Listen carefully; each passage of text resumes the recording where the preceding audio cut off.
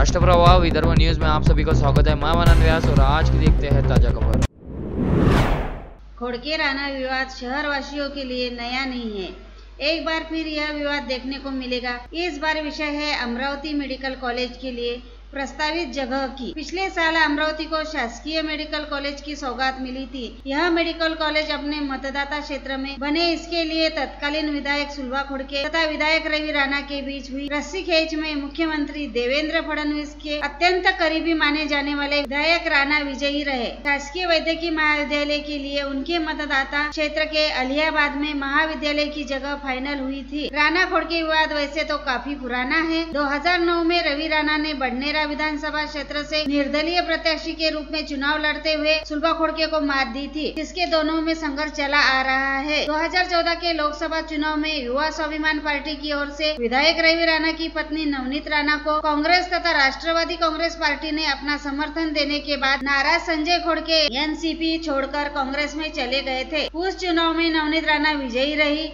2024 में संपन्न लोकसभा चुनाव में भाजपा प्रत्याशी नवनीत राणा के चुनाव प्रचार में महायुति के घटक राष्ट्रवादी कांग्रेस के समर्थन के बावजूद खोड़के दंपति ने राणा का प्रचार नहीं किया था और नवनीत राणा लोकसभा चुनाव में पराजित हो गई थी। इससे विधानसभा चुनाव में विधायक राणा ने अमरावती विधानसभा क्षेत्र से उम्मीदवार सुलभा खोड़के को चुनाव में हराने के लिए एक निर्दलीय उम्मीदवार को मदद करने का आरोप है। उसके बावजूद सुलभा खोड़के विजयी रही। अब जबकि राष्ट्रवादी कांग्रेस ने संजय खोड़के को विधान परिषद में मौका दिया तो खोड़के राणा के बीच का पुराना एक बार फिर सामने आएगा, जिसकी परिणति कल राज्य के बजट सत्र में तब देखने को मिली जब विधायक संजय खोड़के ने वैद्यकीय महाविद्यालय के प्रस्तावित इमारत को लोगों की सुविधा की दृष्टि से नागपुर रोड स्थित बाईपास यानी कि अमरावती विधानसभा क्षेत्र में बनाने की मांग विधान परिषद में की। अब एक बार फिर वैद्यकीय महाविद्यालय को लेकर दोनों विधायक के बीच विवाद शहर वासियों को देखने को मिल सकता है।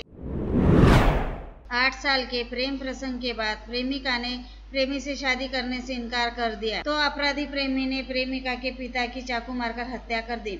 घटना गुरुवार दोपहर 2 बजे नागपुर के जट्टारोड्डी की है। मारे गए व्यक्ति की पहचान 55 वर्षीय नरेश के रूप में हुई है। आरोपी प्रेमी का नाम 35 वर्षीय नीलेश उर्फ नाना विनोद मेश्राम है।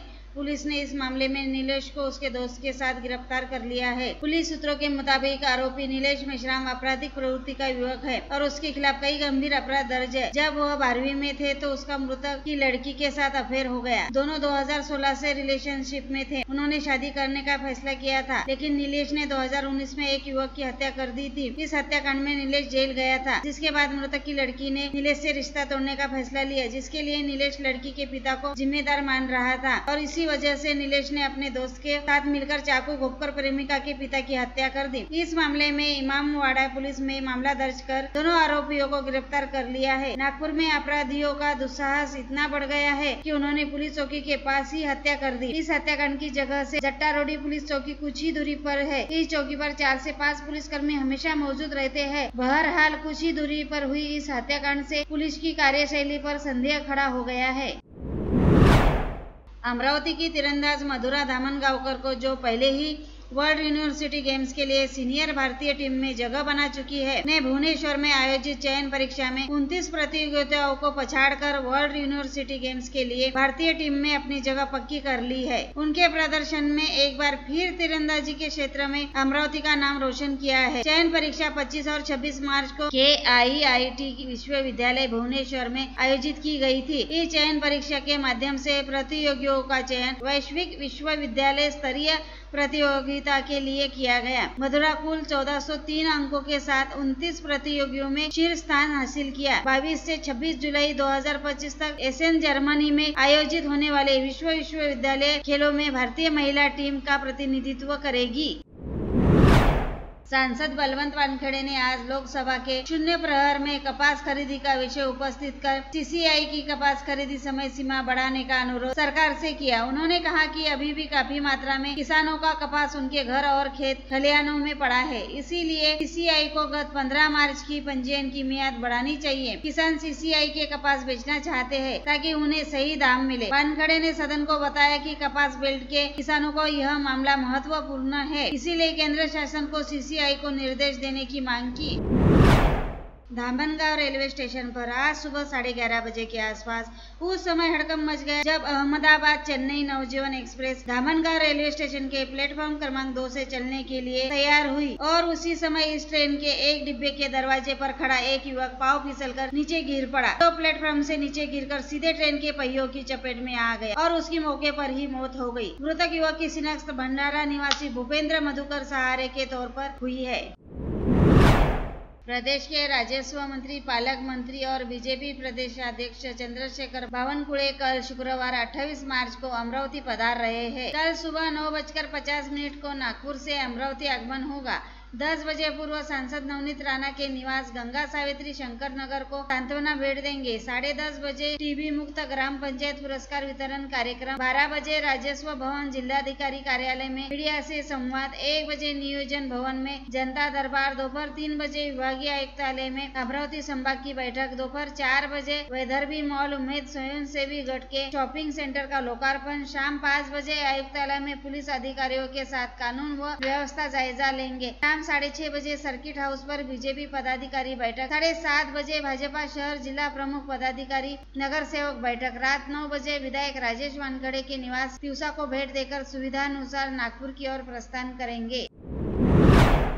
अमरावती जिले के चांदूर बाजार तहसील के नागरवाड़ी गांव ने पहला 100% सौर ऊर्जा वाला गांव होने का गौरव हासिल किया है। सौर ऊर्जा की रोशनी में जगमगाने वाले इस गांव ने प्रधानमंत्री सूर्य घर मुफ्त बिजली योजना का लाभ उठाकर यह उपलब्धि हासिल की है। छत पर सौर ऊर्जा प्लांट लगाने से भविष्य में गाँव का बिजली बिल शून्य आएगा। चांदूर बाजार से 20 किमी की दूरी पर संत श्री गाडगे महाराज संस्थान नागरवाड़ी को एक स्वतंत्र गाँव का दर्जा प्राप्त है। इसमें आश्रम शाला, विद्यालय, छात्रावास और कुल 10 शिक्षकों के आवास शामिल है। प्रधानमंत्री सूर्य घर मुफ्त योजना के तहत 30,000 रुपए प्रति किलोवाट की सब्सिडी का लाभ उठाते हुए यहाँ 10 शिक्षकों के फ्लैट की छतों पर 1 किलोवाट प्रति किलोवाट की सौर ऊर्जा परियोजनाएं स्थापित की गई।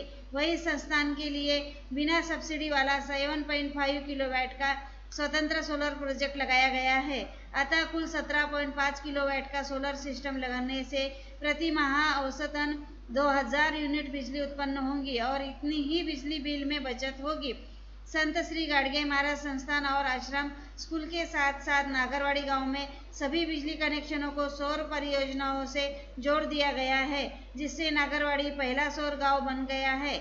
नागरवाड़ी गांव ने पहल की है और छत पर सौर परियोजना के जरिए खुद बिजली पैदा करना शुरू कर दिया है। मुख्य अभियंता ज्ञानेश कुलकर्णी ने जिले के अन्य गांवों से नागरवाड़ी गांव का उदाहरण अपनाने और अपनी छतों पर सौर ऊर्जा परियोजनाएं स्थापित करने का प्रधानमंत्री सूर्य घर मुफ्त योजना का लाभ उठाने की अपील की है। मारवाड़ी समाज द्वारा मनाए जाने वाला गणगौर पर्व आंचल विहार में बिंदौरा निकालकर हर्षोल्लास के साथ मनाया गया। इस अवसर पर गाजे बाजे के साथ परंपरागत गीतों का गायन करते महिलाओं ने राजस्थानी पहरावे के साथ ईसर और गणगौर माता की प्रतिमा को सर पर रखकर क्रांति कॉलोनी के गजानन महाराज मंदिर तक नगर भ्रमण कराया। इसमें सविता शर्मा, दुर्गा व्यास, अश्विनी शर्मा, कोमल जोशी, अर्चना शर्मा, सविता जोशी, किरण शर्मा, रजनी गिल्डा सहित अन्य महिलाओं का सहभाग रहा। और लेटेस्ट न्यूज देखने के लिए राष्ट्रप्रभा चैनल को लाइक और सब्सक्राइब कीजिए।